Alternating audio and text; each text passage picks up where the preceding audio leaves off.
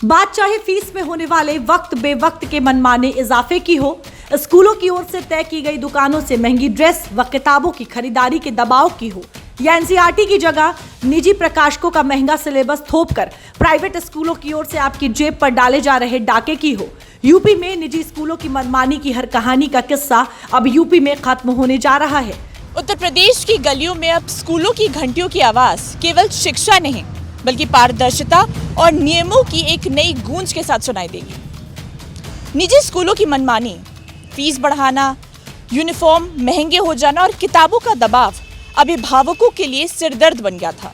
लेकिन अब जिला प्रशासन ने ये साफ संदेश दिया है कि शिक्षा के नाम पर शोषण को बर्दाश्त नहीं किया जाएगा।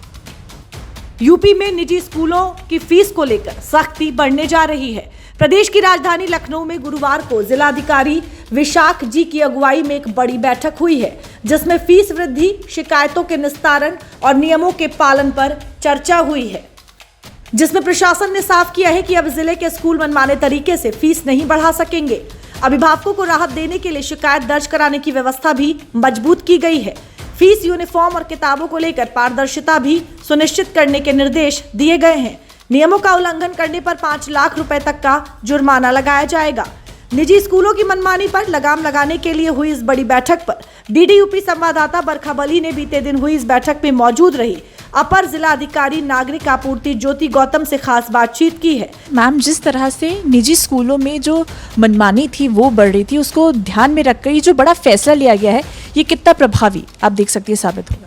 देखिए, सबसे पहले तो ये डीएम सर की अध्यक्षता में बैठक हुई है और बैठक के उपरांत जो हमारा ये एक्ट है 2018 का, इसमें जो उल्लिखित प्राविधान है शुल्क निर्धारण से लेकर जो स्कूल में जो ड्रेस 5 साल से पहले स्कूल वाले नहीं बदल सकते हैं, साथ ही बुक्स, कॉपीज़ और जो अन्य यूनिफॉर्म सामग्रियाँ जो होती हैं वो भी किसी पर्टिकुलर शॉप पर पेरेंट्स को बाध्य नहीं किया जा सकता कि वहाँ से खरीदें।